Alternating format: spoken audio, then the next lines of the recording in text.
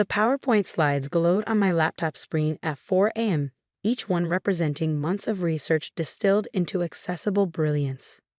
My valedictorian speech for MIT's doctoral graduation had to be perfect, not for the audience of distinguished professors and fellow PhDs, but for the 3 people I'd reserved seats for in the front row.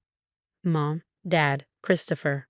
I'd sent them the tickets 6 months ago, framed them, actually, in a shadow box with a photo from my kindergarten graduation where 5-year-old me declared I'd be the smartest scientist ever. Mom had laughed then, ruffling my hair. Our little genius Isabella. 22 years later, I'd done it. PhD in biomedical engineering at 27, youngest in my cohort. Published research on neural interfaces that could help paralyzed patients walk again. Job offers from companies that would make my student loans look like pocket change. And 3 front-row seats for the family who'd miss every milestone along the way. Too far to drive for a master's defense, they'd said about my MS graduation. Christopher has a baseball game, they'd explained when I won the National Science Foundation Award. Money's tight when I presented at the International Biomedical Conference in Boston, 2 hours from their house. But this was different. This was the big one, the culmination of everything. My phone buzzed. Christopher. Hey sis, crazy news. I'm proposing to Amber tomorrow. Mom's throwing a surprise party after. You'll be done with your thing by 3, right? Party starts at 4.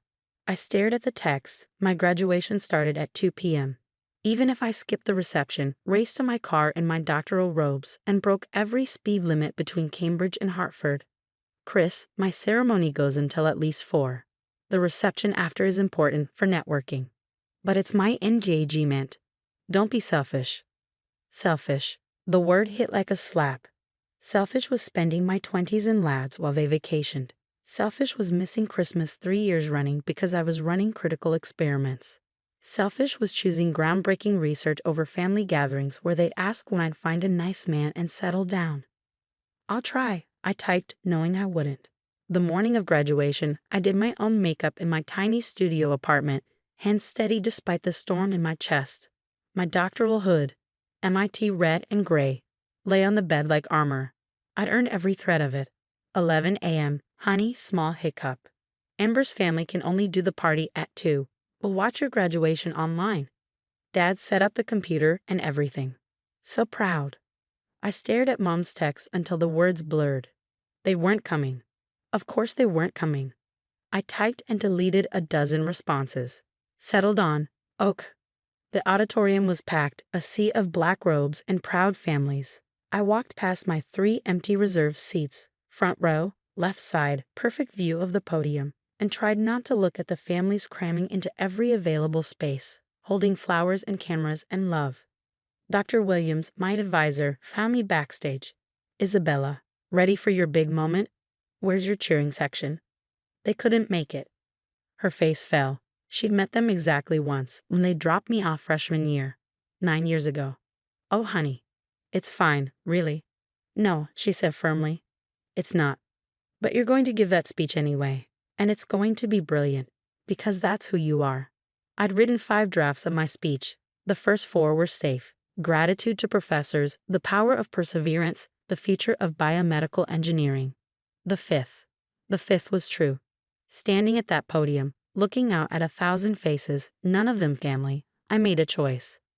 Distinguished faculty, fellow graduates, and loved ones, I began, my voice steady. I want to talk about disappointment. A ripple of surprise. Valedictorian speeches were supposed to be inspiring, not honest. 6 months ago, I reserved 3 seats in the front row. I gestured to the empty chairs. They're empty. My family is at a surprise party for my brother's girlfriend. They texted this morning to say they'd watch online. Silence so complete I could hear my heart beating through the microphone. I've spent 9 years at MIT. 9 years of 80-hour weeks, failed experiments, and instant ramen. 9 years of choosing science over sleep, research over relationships, progress over parties. And in those 9 years, my family has attended exactly 0 of my academic achievements. Someone in the audience whispered. I pressed on. But here's what I learned. Disappointment is just data. It tells you what you can rely on and what you can't. Who shows up and who doesn't. What matters to others and what only matters to you. I found Dr. Williams in the crowd. She was crying. My research focuses on neural interfaces, teaching broken connections to work again. Ironically, I can engineer solutions for severed spinal cords, but not for severed relationships. Because the difference is this: spinal cords want to heal. Some families don't. So to my fellow graduates, especially those with empty seats, those whose families said too far, or too busy, or too bad, this is for you. We learned to celebrate ourselves.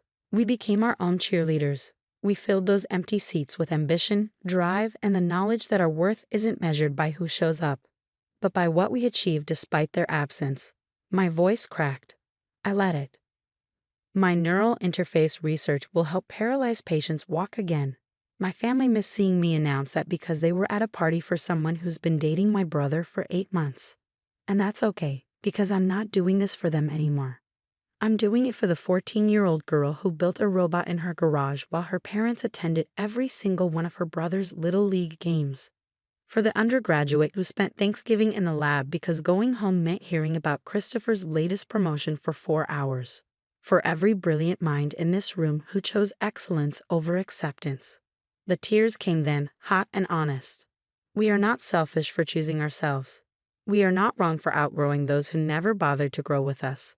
We are not obligated to dim our light because it makes others uncomfortable. So here's my challenge. Stop saving seats for people who will never show up. Stop making yourself smaller for those who resent your magnitude.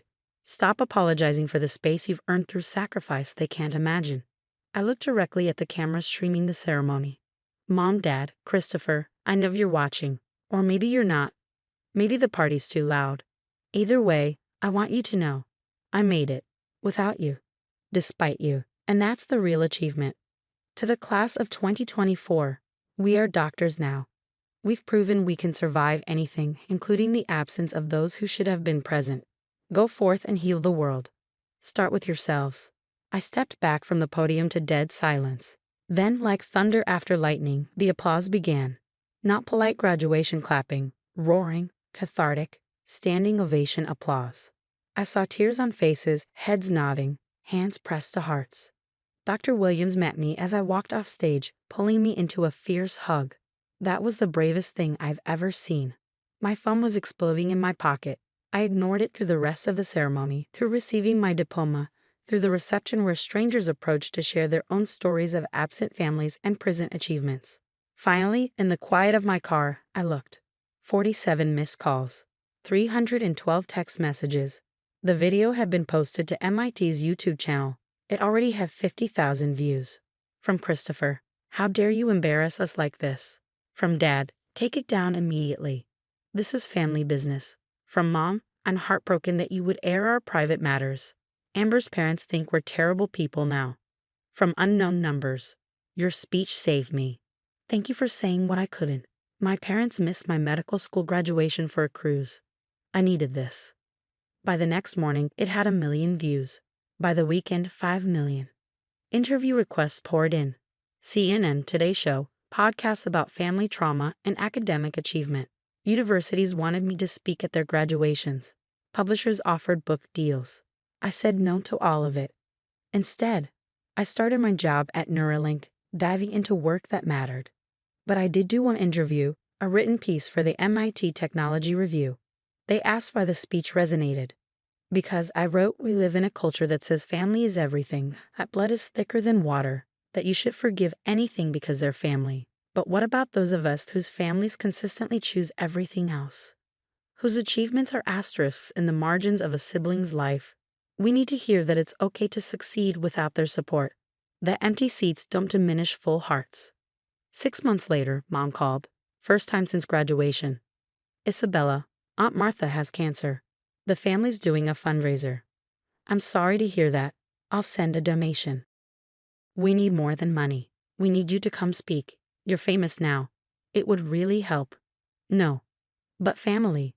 Wasn't important enough to attend my PhD graduation, but is important enough when you need my newfound platform. Silence. That's not fair.